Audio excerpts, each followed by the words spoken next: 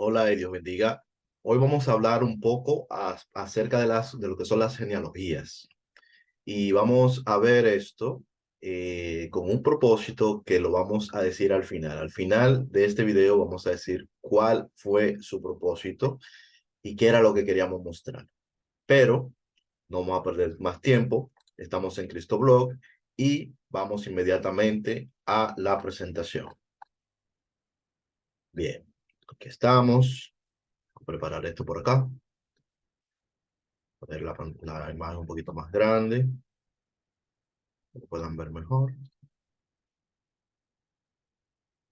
Y hablemos de la genealogía. Desde la antigüedad, eh, según los registros que tenemos, vemos en la Biblia que en el Antiguo Testamento comienzan a hablarse inmediatamente de genealogías. Desde el mismo libro de Génesis comienza a decírsenos de genealogías para justificar la vida de ciertas personas. Es decir, de alguna manera en estas genealogías es donde se habla de la identidad de las personas en cuestión.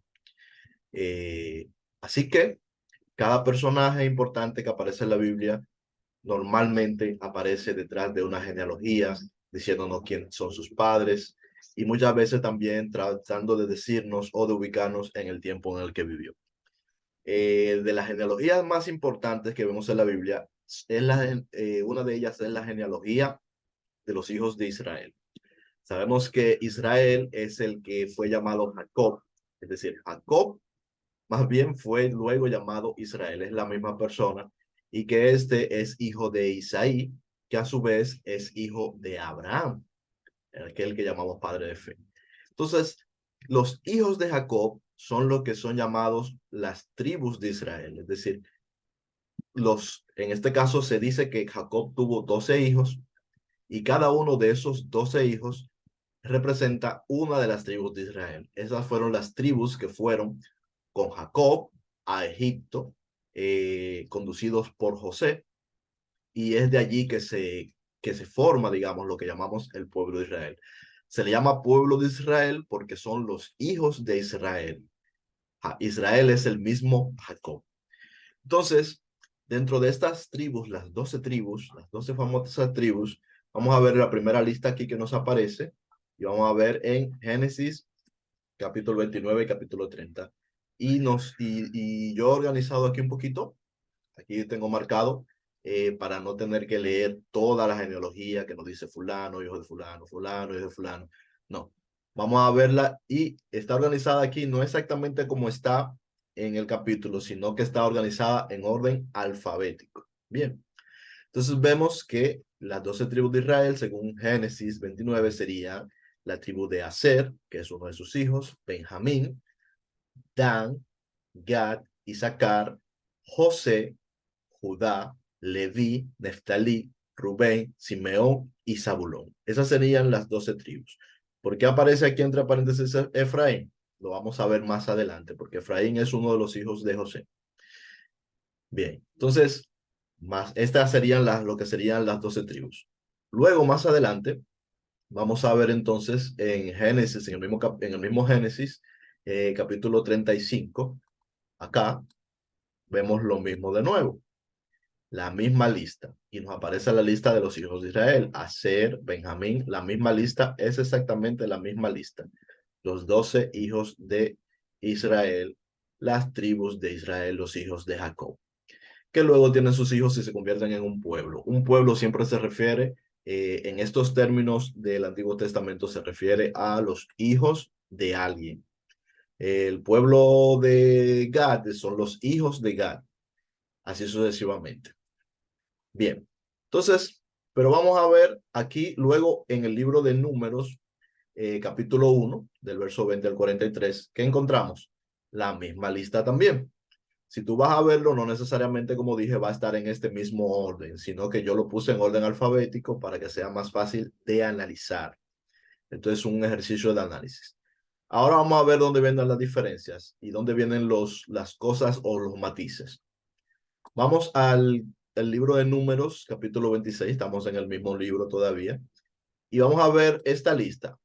Esta lista aparentemente podría verse como que es diferente. En esta lista nos aparece igualmente, ¿verdad? Todos los hijos de Israel, vamos a Aser, Benjamín, Dan, Gad, Isaacar, como mismo está aquí, José, Judá, Manasés, Neftalí, Rubén, Simón, Simeón, Zabulón, pero luego no aparece como tribu aparte la tribu de Efraín también. No aparece como si fuese una tribu aparte. Eh, Esto, en este capítulo, lo que se está haciendo es que se está dividiendo cómo es que se van a repartir los varones de guerra en este caso. También hay otras partes, otras genealogías, donde lo que se está hablando es de cómo se va a repartir la tierra. O sea, hay muchas razones por las cuales en la Biblia se citan estas genealogías para hablar de las tribus. En este caso, como le decía, era para repartir los varones de guerra por un asunto, eso mismo, de guerra. ¿Y qué vemos acá? Que aquí en esta lista faltan los hijos de Leví, en esta lista. Es decir, falta la tribu de Leví. ¿Por qué? Porque la tribu de Leví, en este caso, no se consideró para que fueran varones de guerra. Pero es interesante que aunque falta la tribu de Leví, que si nos vemos acá, en todas estas listas, en la primera lista que vimos, todas está la tribu de Leví. Aún así vemos que en esta lista no hay 12, sino 13 grupos de personas, 13 tribus, se podría decir, o eso aparenta. Bueno, lo que pasa es que aquí se está agregando la tribu de Manasés, que sería la menos, como le dicen, la media tribu de Manasés y la media tribu de Efraín. Manasés y Efraín son hijos de José. Por lo tanto, la tribu de José son Manasés y Efraín. Pero ¿qué sucede? Que Abraham hizo ser sus hijos, dijo que Efraín y Manasés iban a ser sus hijos. Por lo tanto, estos son hijos de Abraham. Así que dependiendo de cómo, perdón, hijos de Abraham, no, perdón, disculpen, hijos de Jacob, es decir, hijos de Israel. ¿Qué quiere decir esto? Que dependiendo de cómo nosotros lo interpretemos, podríamos decir que tiene 13 tribus o que tiene 14 tribus, es decir, que a Jacob él mismo se estaría reconociendo para sí, dependiendo de cómo lo interpretemos, 12 hijos, 13 hijos o 14 hijos. ¿Por qué? Porque él se está reconociendo a José como hijo, se está reconociendo a Manasés, que es hijo de José, como hijo propio. Él le dice, estos van a ser mis hijos, y a Efraín como hijo propio, diciendo, estos van a ser mis hijos. Pero claro, aparecen aquí en esta lista 13. ¿Por qué pongo solamente 13? Bueno, porque no está Leví. Si agregáramos a Leví, entonces serían 14. Bien, entonces aquí ya la cosa comienza a ponerse, digamos que un poco confusa. También tenemos que considerar que uno de los hijos, en este caso Efraín, no Manasés, sino Efraín, es considerado, en las otras genealogías que vemos aquí antes, es considerado como la continuación de la tribu de José. Podría ser considerado así, como la continuación de los hijos de José, y que Manasés sería considerado como una tribu aparte. Eso es una manera de verlo. En ese caso, entonces estaríamos hablando de 13 tribus, incluyendo la tribu de Leví, serían 13 tribus si lo vemos desde ese punto de vista. Todo esto que te estoy diciendo puede ser parecer un poco confuso, pero vamos a tratar de explicarlo lo mejor posible. Es decir, ¿cuáles son los hijos de José? José tiene que tener una tribu porque tiene que tener hijos. Si lo consideramos de esa manera, entonces, ¿quiénes serían los hijos de José? Efraín y sus hijos. Pero aquí Efraín aparece listado, pero no importa, eso no tiene importancia. También aparece Manasés, eso no tiene importancia desde este punto de vista, cuando lo miramos desde este punto de vista. Porque simplemente uno de los dos hijos de José se convierte en una tribu aparte y el otro pasa a formar parte de la misma genealogía de la tribu de José. La realidad es que este es, digamos, una decisión que toma Jacob. La realidad es que lo que se narra es que tuvo 12 hijos, son 12 tribus. Y Efraín y Manasés no son hijos de Jacob, son nietos de Jacob. Bien, dicho esto, vamos ahora a la última lista de esta parte que vamos a ver. En este caso vamos a ver la lista que nos aparece en Apocalipsis 7, 4 al 8. Capítulo 7, 4 al 8, que comienza a decirnos de cada tribu, habla de los 144,000. Nos dice que cada tribu son 12,000 que están contados en estos 144,000. Y vemos que aquí aparece, comenzamos bien, la misma Aser, Benjamín, Gad. Ahí comienza el cambio. Ahí vemos el primer cambio. Fíjense que aquí iba Dan. En todas las demás genealogías aquí iba Dan, pero el que aparece es Gad. Luego no aparece Isaacar, ¿verdad? José, mezclado aquí, yo lo mezclaría con la tribu de Efraín. Judá, Levi, Manasés. ¿Por qué digo que José con Efraín? Porque aparece José, aparece Manasés, pero no aparece Efraín. Recordando que Manasés es un hijo de José. Por lo tanto, la genealogía que se le está contando a José es la de Efraín. La línea de Efraín se cuenta como genealogía de José o tribu de José también. Entonces tenemos aquí a Manasés, que es un hijo de José, a Neftalí, a Rubén, a Simeón y a Zabulón. Es decir, en esta lista aquí se está contando a uno de los hijos de José como que es una tribu aparte, como habíamos visto en esta tribu, en esta lista anterior de Números 26. Bien, Manasés, nieto de Jacob, está siendo contado como si fuese hijo de Jacob. Pero ¿quién falta aquí? Aquí falta Dan. Falta la tribu de Dan. Vemos a esta altura acá, vemos que falta la tribu de Dan. Entonces aquí se está sacando la tribu de Dan y se está introduciendo la tribu de Manasés o la media tribu de Manasés para contar entre los 144,000. ¿Qué vemos en todo esto? Que bueno, dependiendo de a quién le preguntemos, quiénes van a ser los 12, los 13 o los 14 hijos de Jacob, los hijos de Israel, las tribus de Israel. Desde mi punto de vista, son estos. Los primeros, los que aparecemos en las primeras tres listas. Y esto de acá es para mí, es una alteración. Estas 12 tribus que aparecen aquí, donde sacan a Dan y meten a Manasés, para mí es una alteración y aquí quien debería estar es la tribu de Dan. Pero es como está escrito aquí en el libro. Así que ya que hay quien decide cuáles son, porque tenemos para repartir. Pero bien, vamos ahora a ver la genealogía de Jesús, porque esta es otra parte que quiero que veamos. Hay otras cosas que podemos considerar que he decidido dejarla fuera para no alargar esto demasiado, porque sé que esto de las genealogías puede ser un poco pesado para algunos. Pero para ti que estás ahí viendo, si estás viendo es porque a ti sí te interesa. Entonces, vamos a ver las genealogías de Jesús. Nosotros tenemos dos genealogías de Jesús en la Biblia. Tenemos la genealogía que está en Mateo y tenemos la genealogía que está en Lucas. Ambas son distintas. ¿En qué se distinguen? La genealogía de Mateo comienza en Abraham y va ascendiendo desde Abraham hasta llegar a Jesús. Bien. Sin embargo, la genealogía de Lucas comienza en sentido inverso. Comienza desde Jesús y va hasta Abraham, pero no se queda allí, sino que sigue avanzando y sigue descendiendo hasta llegar a Adán, que dice luego a Dios, es decir, Adán, hijo de Dios. Es decir, que es una genealogía mucho más extensa, que va desde Adán, desde Dios a Adán, y desde Adán a Abraham, y desde Abraham hasta Jesús.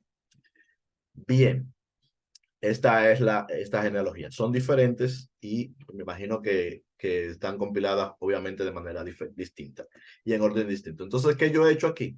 Lo que he hecho es que las he igualado a partir de Abraham. Como las dos pasan por Abraham, entonces las he igualado a partir de Abraham y he cambiado el orden de Lucas para que coincida en esta tabla que he hecho, para que sea un orden igualmente ascendente. O sea, lo invertí para que sea ascendente y sea más fácil de comparar.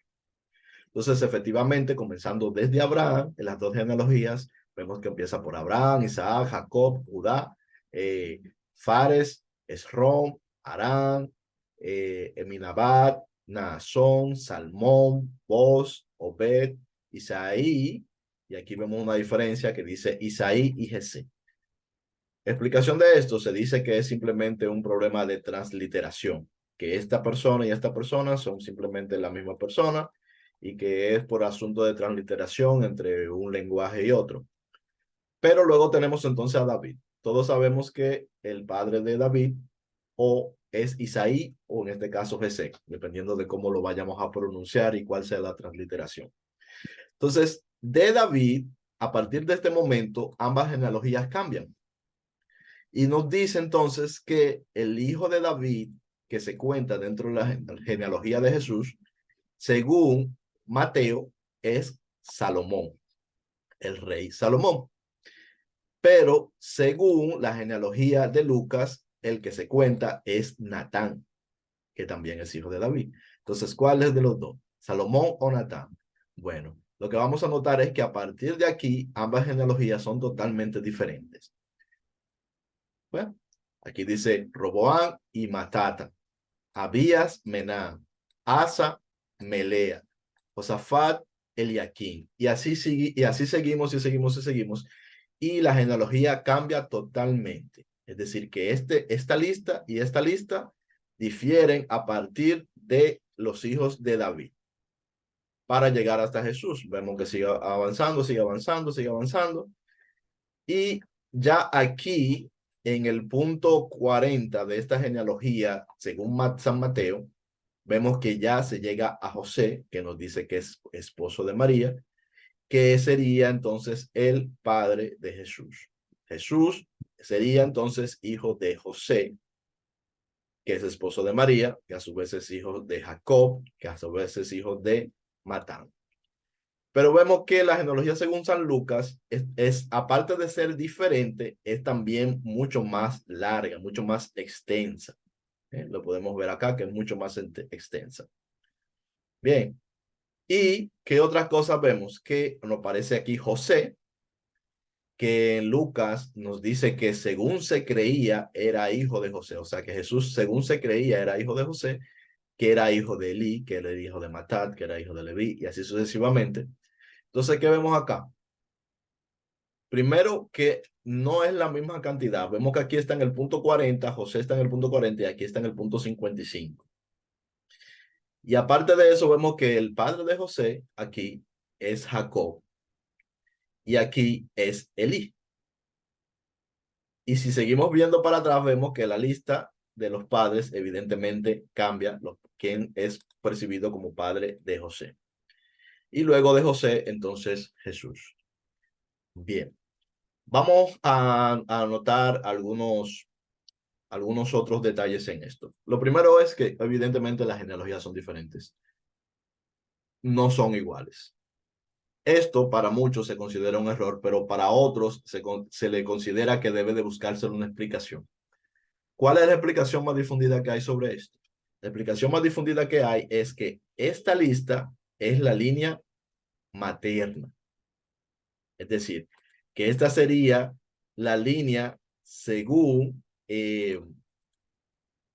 María. Es decir, que sería María la que estaría dando al cabo a esta genealogía desde, en este caso, desde Natán, o sea, desde David en adelante, la genealogía se divide, lo que estaría diciendo que ambos, José y María, son de David, o sea, que son, en este caso, de Isaí, de la tribu de Judá, por cierto.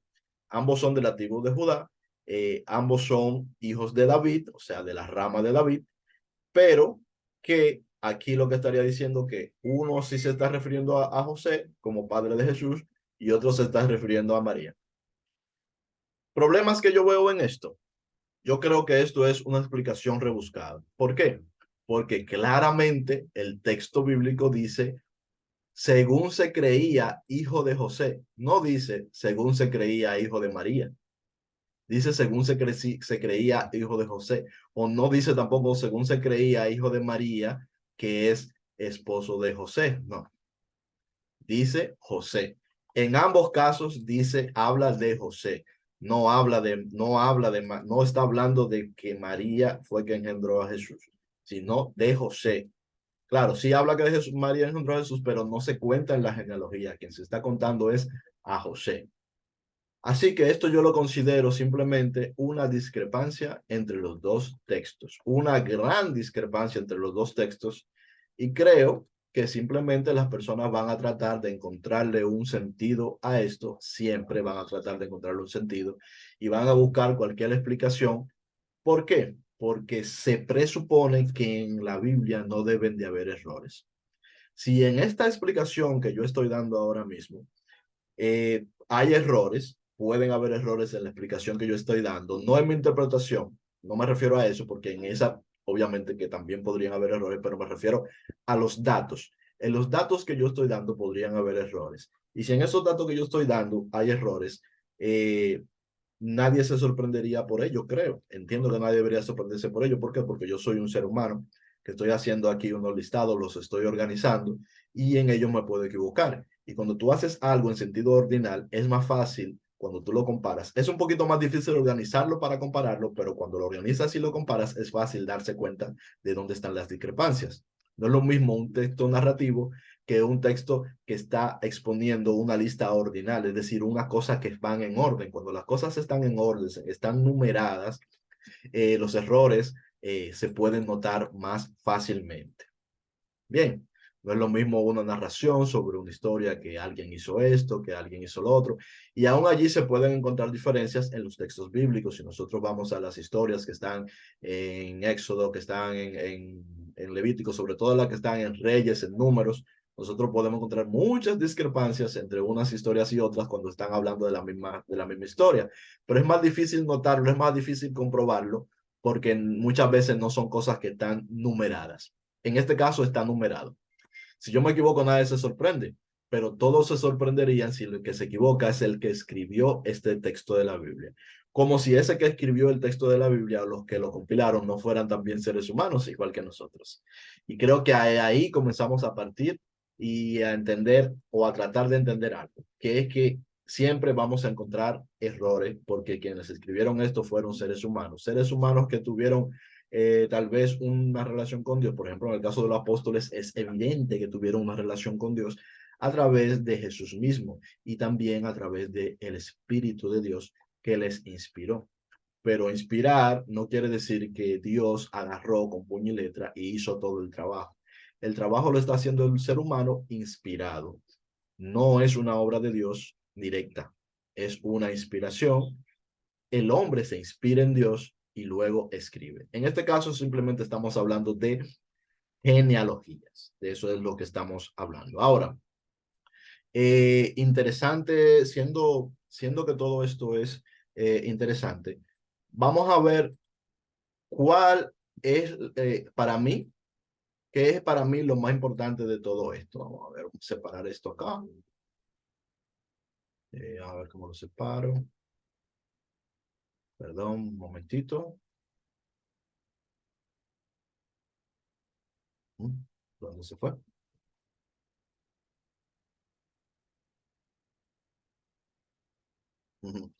Bueno, tenemos un texto aquí que se me acaba de marchar. Ok, aquí lo tengo. Ya lo tengo acá.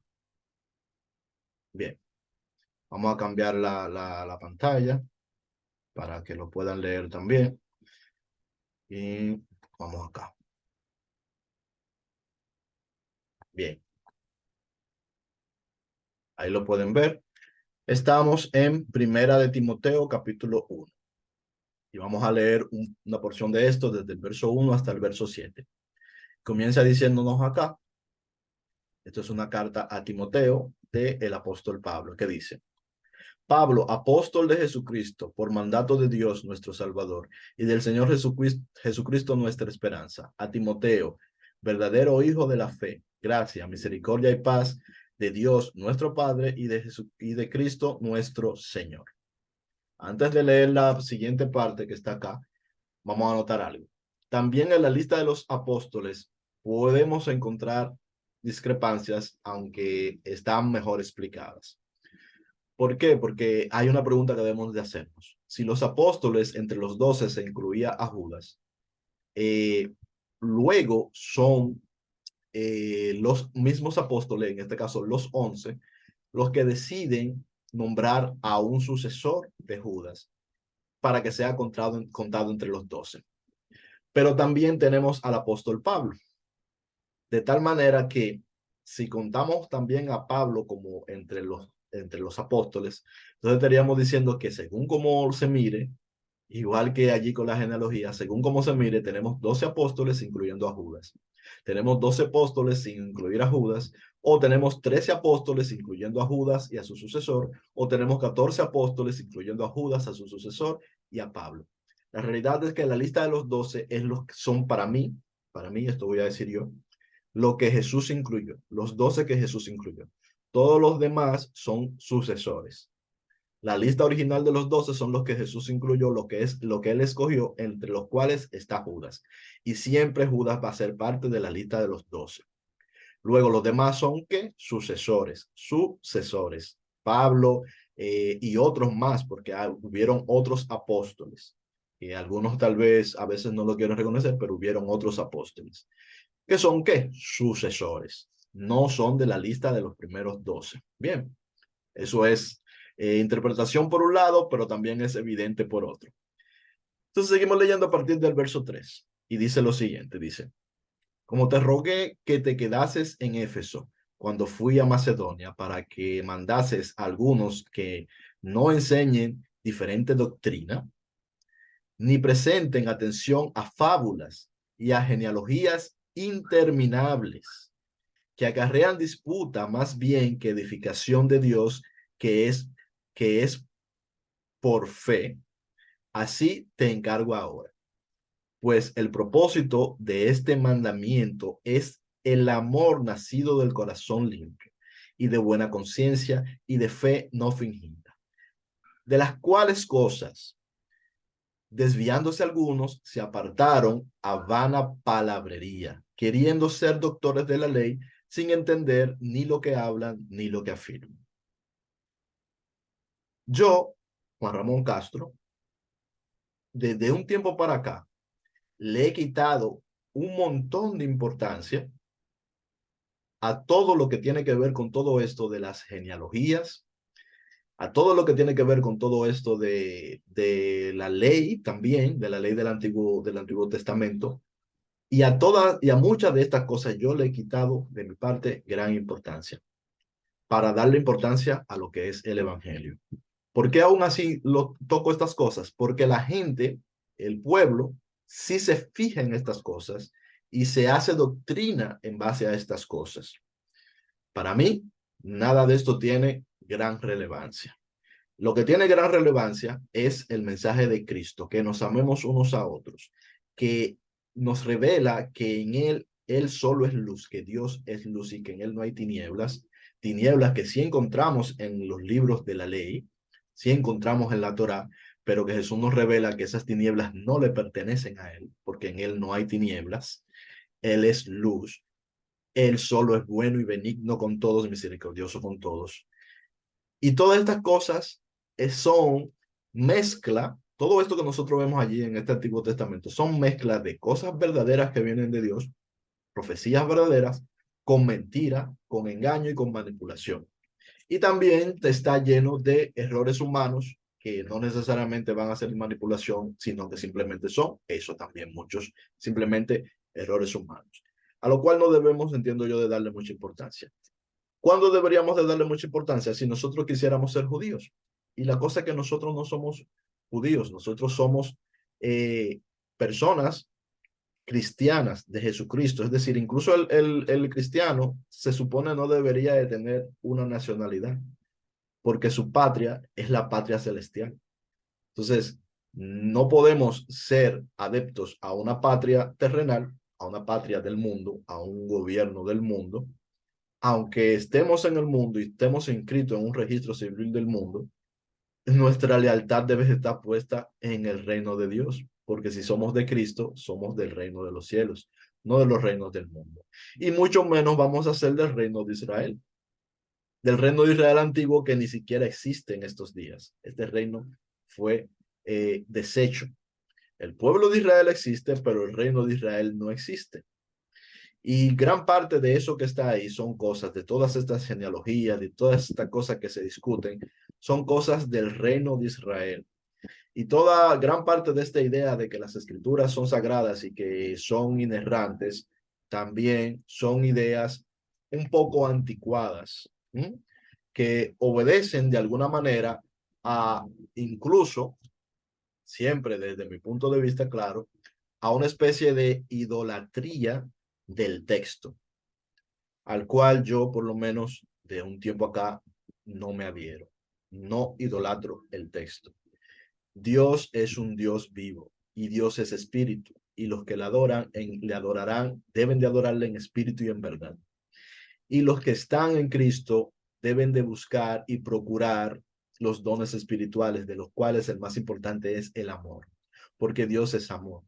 Entonces, lo que nosotros estamos tratando es de aprender a amar como amó Cristo, no de tratar de meternos todas estas genealogías y todas estas cosas en la cabeza simplemente para decir que sabemos. Realmente, al fin y al cabo, lo hemos estudiado en el pasado, lo hemos buscado por una utilidad. Y la utilidad creo que es, o sea, en mi caso por lo menos, es justamente que no le demos importancia. O sea, ese es mi fin. Yo sí lo he estudiado un poco, sí lo he analizado un poco, pero ¿para qué? Para decirte que no le des la menor importancia. Centrémonos en el mensaje de Jesucristo. En Él es que está la vida. La vida no está en ninguna de estas palabrerías ni de estas genealogías. Ese sería el mensaje final al que hacía alusión. Dios les bendiga mucho. Esto es Cristo Blog. Nos vemos en algún otro momento. Bendiciones.